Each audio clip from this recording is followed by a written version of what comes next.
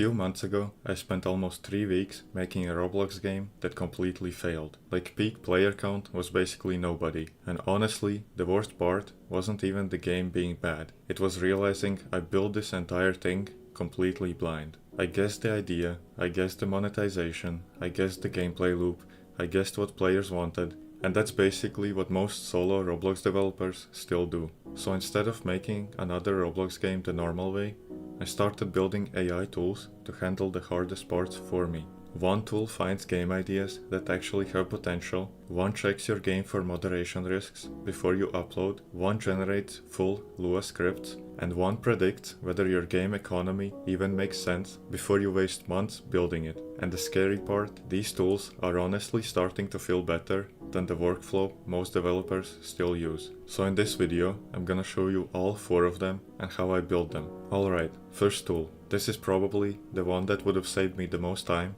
back when I was blindly making Roblox game ideas. The goal here is simple. Stop building games nobody wants. Now fair warning, these workspaces don't appear instantly. Usually it takes between 5 to 20 minutes while it builds the layouts and organizes everything.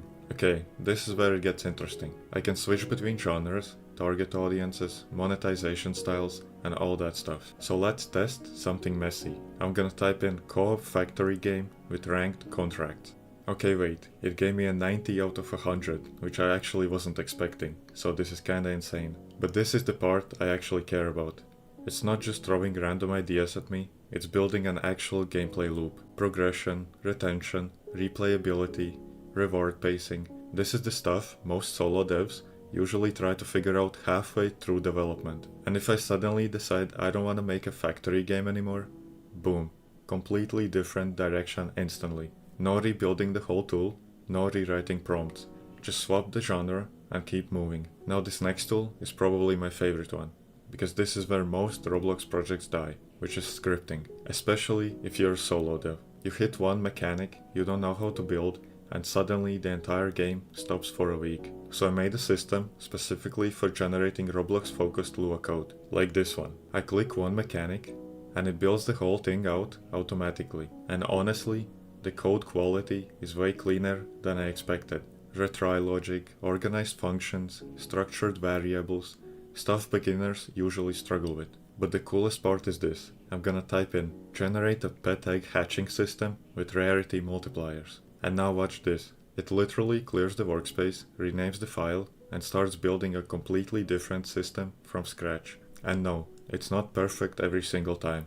Sometimes you still need to tweak things manually. But compared to staring at an empty script window for 3 hours, this is ridiculously useful. Okay, this next part is honestly one of the most annoying things on Roblox right now. You can spend months building a game and then accidentally kill your own discoverability with a terrible title or description. So this tool basically acts like a moderation sanity checker. So I'm gonna type in an exaggerated clickbaity title. So yeah, it got immediately flagged.